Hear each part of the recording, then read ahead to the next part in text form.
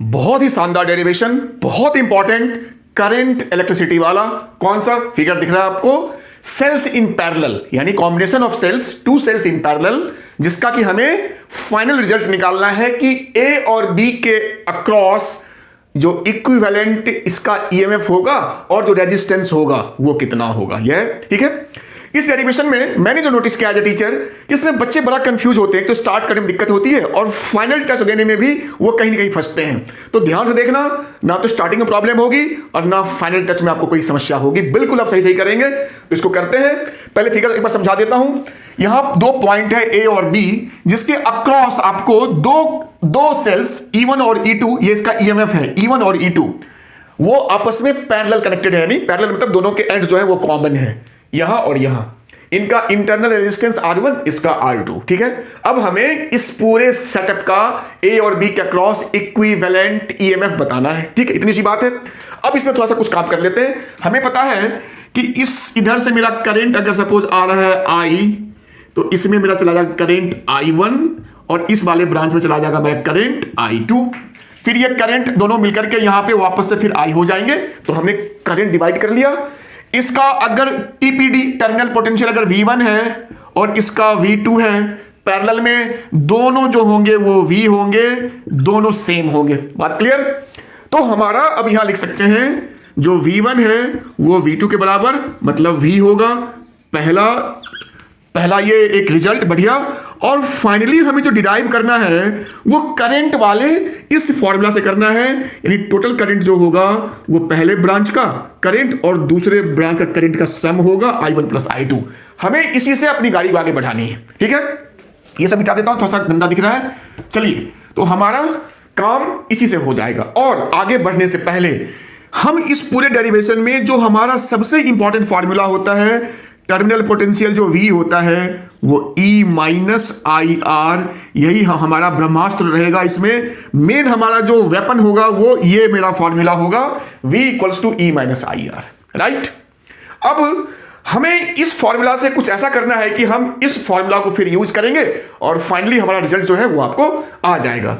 तो सबसे पहले हम करते हैं इस वाले ब्रांच का जो टीपीडी होगा, टर्मिनल वोल्टेज V1, वो होगा E1 माइनस I1 R1। इससे अगर देख लिया V1 E1 minus I1 R1। लेकिन हमने अभी अभी कहा है जो V1 है वो तो V के बराबर है, तो इसको लिखेंगे V। तो इस इक्वेशन से हमारा जो I1 है वो बड़ी आसानी से आ जाएगा E1 minus V upon R1। इतनी मैथ्स तो आपको आई होप आती होगी कि ये मैंने कैसे किया। ठीक है। सिमिलरली जो हमारा V2 होगा नीचे वाले के लिए वो E2 माइनस I2 R2 होगा। बट V2 तो मेरा V है ये भी, तो यहां से मेरा जो है I2 आ जाएगा बिल्कुल सेम पैटर्न पे, E2 minus V upon R2। आ रहा है बात समझ में? अब देखो हमारा आधा काम खत्म हो गया। मेन काम कह सकते हो हमारा मोटा मोटा खत्म हो गया। हमारा I1 और I2 कुछ इस टाइप से आ गया। अब हम इस I1 I2 की वैल्यू इस वाले फॉर्मूला में पुट करेंगे और हमारा पूरा काम हो ही जाएगा। तो मैं यहां पे पुनः लिखता हूं कि हमारा जो टोटल करंट I है वो I1 प्लस I2 है। तो भाई I1 की जगह डालेंगे ये E1 minus V upon R1 plus E2 minus V upon R2। अब इसको मिटाइए, इसका काम खत्म है, इसको मिटाइए। अब देखो भाई मैथ्स ज्यादा है, कैलकुलेशन। तो अब देखो भाई एलसीएम लेंगे यहां पे, तो ये R1 इंटू R2 हो जाएगा, R2 इससे मल्टीप्लाई हो जाएगा, R1 इससे मल्टीप्लाई होगा। तो कर लो भाई E1 R2 minus V R2 plus R1 जाएगा उधर, तो E2 R1 minus V R1। ठीक है, दिख रहा है आपको साफ साफ? अब भाई इस R1 R2 को लेके आ जाओ इधर। तो यहां मेरा पहले से I था, R1 R2 यहां से उठ करके चला गया वहां, तो मेरी कहानी कुछ ऐसी हो गई। अब इसको क्या करें? अब इसको थोड़ा सा और सिंप्लीफाई करते हैं। E1 R2 plus E2 R1 को हमने अलग लिख लिया।